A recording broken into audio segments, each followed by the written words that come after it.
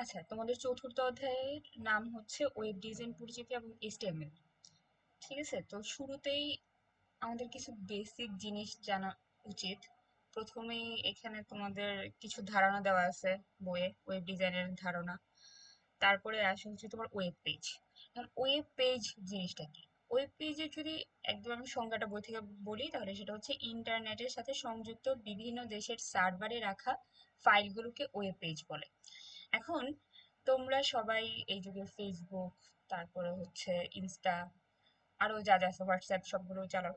তো web page ব্যাপারটা হচ্ছে, ধরো আমি গেলাম, এটা একটা ব্রাউজার। ব্রাউজারকে একটু পরে আমরা পড়বো।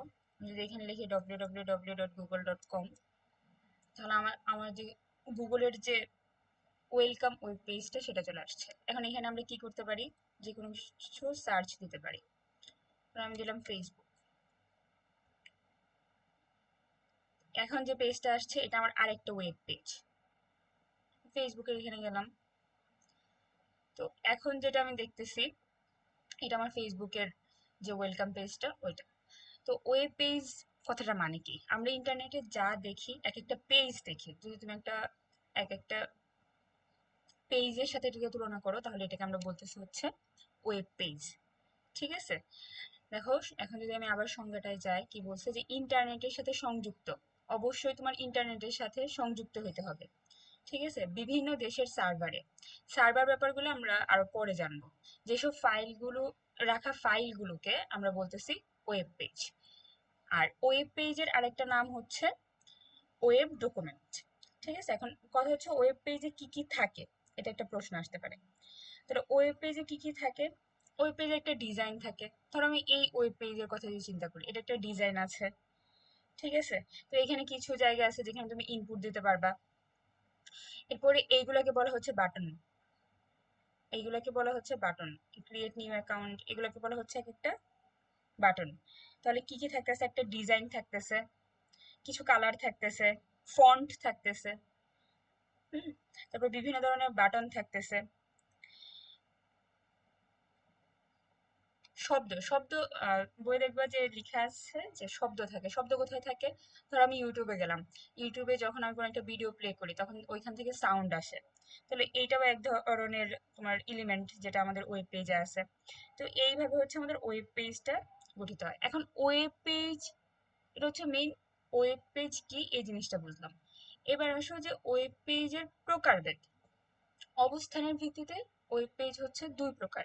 একটাকে বলতেছি আমরা লোকাল, আর একটাকে বলতেছি আমরা রিমোট। এখন লোকাল যেটা, সেটাতে আমাদের কোনো প্রকার ইন্টারনেট সংযোগ লাগে না। ধরো আহ আচ্ছা, সবাইকে রিমোটটা বলি, রিমোটের সাথে তোমরা সবাই বেশি সম্পর্কিত। আচ্ছা, রিমোটে ইন্টারনেট সংযোগ লাগে। এখন রিমোট কোনগুলা? তোমরা যে ফেসবুক চালাচ্ছ সেটা রিমোট।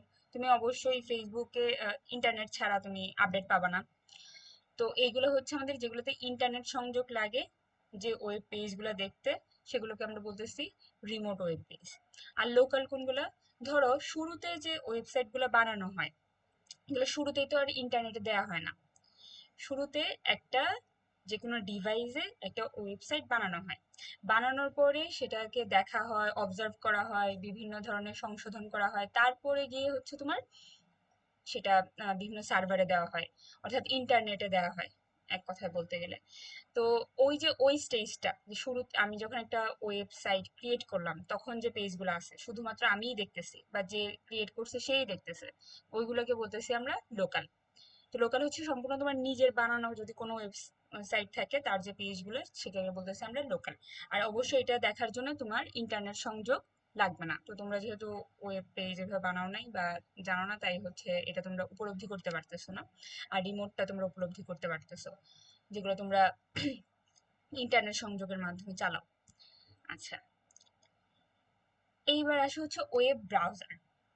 দেখো ওয়েব ব্রাউজারের সংজ্ঞাটা কি বলতেছে, যে ওয়েব ব্রাউজার হলো একটি অ্যাপ্লিকেশন সফটওয়্যার। আচ্ছা, অ্যাপ্লিকেশন শব্দটার সাথে হয়তো তোমরা পরিচিত না, কিন্তু আমি যদি বলি অ্যাপস, অ্যাপসের সাথে তোমরা অবশ্যই পরিচিত। তাহলে অ্যাপস কিন্তু অ্যাপ্লিকেশনের সংক্ষিপ্ত রূপই হচ্ছে অ্যাপস। ঠিক আছে, তো অ্যাপস কি? ফেসবুক একটা অ্যাপস, ইনস্টাগ্রাম একটা অ্যাপস, ঠিক ওইভাবে ওয়েব ব্রাউজারে তুমি একটা অ্যাপ্লিকেশন সফটওয়্যার বা অ্যাপস চিন্তা করতে পারো। এখন এইটা কি সুবিধা দেয়? ফেসবুক তোমাকে কি সুবিধা দেয়? ফেসবুক তোমাকে হচ্ছে বিভিন্ন পোস্ট করতে দেয়, কমেন্ট করতে দেয়, আরেকজনের সাথে ফ্রেন্ড রিকোয়েস্ট পাঠাতে দেয়, বিভিন্ন ধরনের কি বলবো, মতামত শেয়ার করতে দেয়, মেসেঞ্জার মেসেজিং করতে দেয়। তো সেম ভাবে এক একটা অ্যাপ্লিকেশনের এক একটা আলাদা আলাদা কাজ আছে। যেমন ইউটিউব হচ্ছে তোমাকে বিভিন্ন ধরনের ভিডিও প্রোভাইড করতেছে। ওয়েব ব্রাউজারে হচ্ছে এক ধরনের অ্যাপ্লিকেশন সফটওয়্যার, ঠিক আছে, যেটা আমাকে কি করতে দেয়, সেটা আমাকে হচ্ছে ওয়েবসাইট গুলো অ্যাক্সেস করতে দেয়।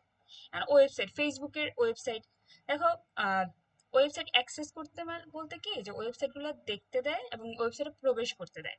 আর আমি যে একটু বুঝাই বলি তোমাদের, মোজিলা ফায়ারফক্স আমার মনে হয় না এটার সাথে খুব বেশি পরিচিত তোমরা। গুগল ক্রোমের সাথে অবশ্যই তোমরা পরিচিত। দেখো যে এই যে উপর লেখা আসছে গুগল ক্রোম, ঠিক আছে, আমি যে নিচে কার্সরটা নিয়েছি, লেখা আসছে গুগল ক্রোম। এই গুগল ক্রোম হচ্ছে আমার এক ধরনের ব্রাউজার। কি করি আমরা, আমি এখানে একটা খুলে রাখছিলাম, কি করব, ধরো এখানে গিয়ে আমি লিখলাম জিমেইল, ঠিক আছে, আমরা কি করতে পারতেছি, আমাদের যে জিমেইলের যে ওয়েবসাইটটা আছে সেটা অ্যাক্সেস করতে পারতেছি ব্রাউজারে গিয়ে, ঠিক আছে। তো সেম ভাবে আমি যদি এই যে মোজিলা ফায়ারফক্স, তোমরা নাম দেখছো যে এখানে নামটা দেখো ফায়ারফক্স, মোজিলাটা বাদ গেছে, ফায়ারফক্স। তো আমি এইখানে যদি যাই, এইখানে গিয়েও আমরা যে কোনো ধরনের ওয়েবসাইট ভিজিট করতে পারবো। যেমন ধর আমি লিখলাম হচ্ছে,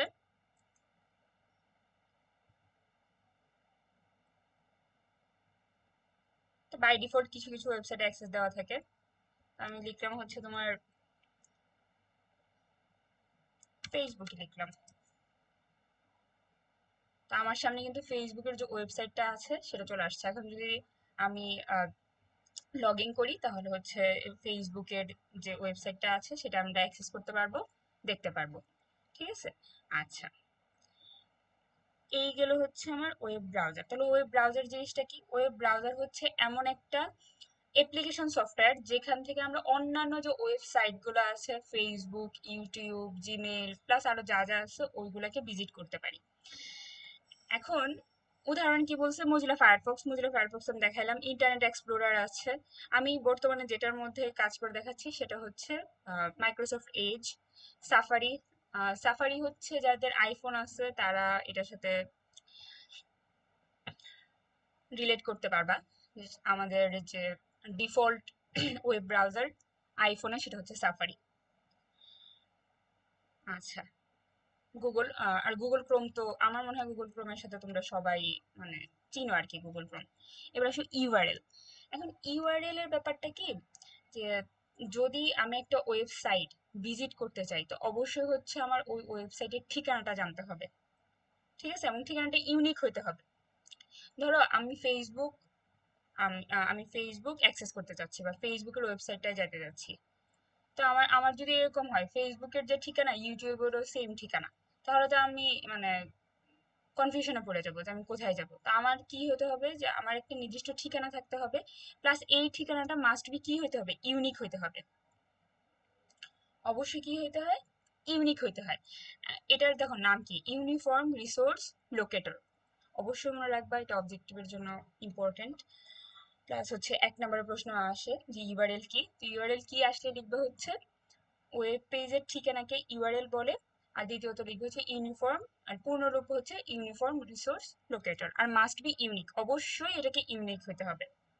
আচ্ছা, এইচটিটিপি একটা এক্সাম্পল দিচ্ছি এখানে, বই থেকেই নেওয়া এক্সাম্পলটা। এইচটিটিপি এইচটিটিপি হচ্ছে একটা প্রোটোকল, ঠিক আছে, এইচটিটিপি একটা প্রোটোকল। বই আরেকটা জিনিস আছে এফটিপি।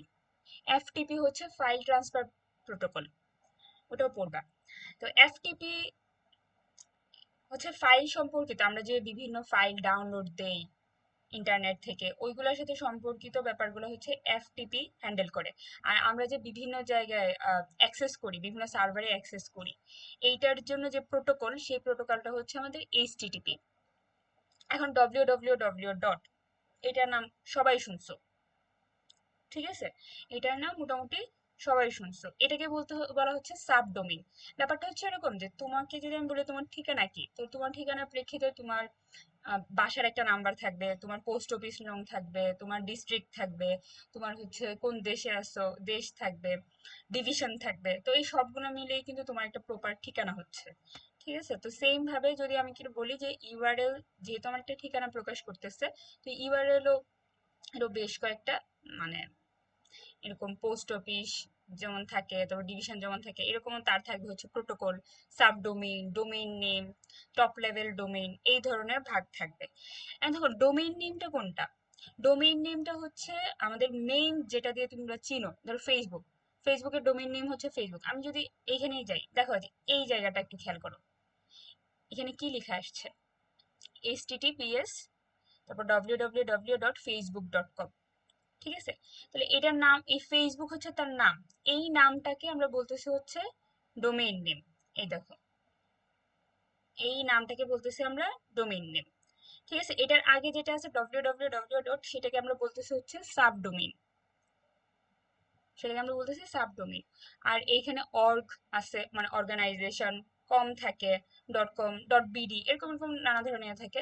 অর্গ, কম, এইগুলো হচ্ছে আমাদের top level domain, TLD, top level domain. আর যে প্রোটোকল, প্রোটোকল মানে হচ্ছে তোমার কিছু রুলস। ঠিক আছে, যে রুলসটা অ্যাপ্লাই করে আমি এই ওয়েবসাইটটা ভিজিট করতেছি, তাকে বলতেছি হচ্ছে আমরা এইচটিটিপি। আপাতত এইটুকু জানলেই আনাফ, আর কিছু জানার দরকার নেই এইখান থেকে। তো তোমাকে যদি প্রশ্ন করে যে ইউআরএল কি, ইউআরএল হচ্ছে ওয়েব পেজের ঠিকানা। ওয়েব পেজের ঠিকানাকে আমরা ইউআরএল বলতেছি। পুনরূপ বলবা। আর সবচেয়ে ইম্পর্টেন্ট এটার যে প্রপার্টি, সেটা হচ্ছে মাস্ট বি, এটাকে ইউনিক হতে হবে।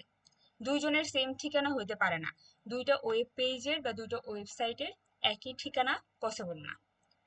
ঠিক আছে, আর আমাদের যেমন হচ্ছে পোস্ট অফিস থাকে, তারপরে ডিভিশন থাকে, সেম ভাবে একটা ইউআরএল ও বিভিন্ন পার্টে ভাগ করা থাকে। এটা কি প্রোটোকল ইউজ করতেছে, তারপর এটা ডোমেইন নেম, ডোমেইন নেমটার সাথে সবাই পরিচিত আশা করি। ডোমেইন নেম, সাবডোমেইন, এরকম। যে আমি এখানে ফেসবুকেরটা দিয়ে তোমাদের উদাহরণ দিলাম, যে এইটুকু যেটা আছে সেটা হচ্ছে আমাদের প্রোটোকল, এইচটিটিপি। তারপরে এইটুকু হচ্ছে www ডট, এটাকে বলতেছি আমরা সাবডোমেইন। অ্যাকচুয়াল যে নামটা সেটাকে বলতেছি আমরা ফেসবুক, তারপর ডট কম। তো ইউটিউবের জন্য কি হবে, https www.youtube.com, এরকম। ওকে, তাহলে আজকে এই পর্যন্তই।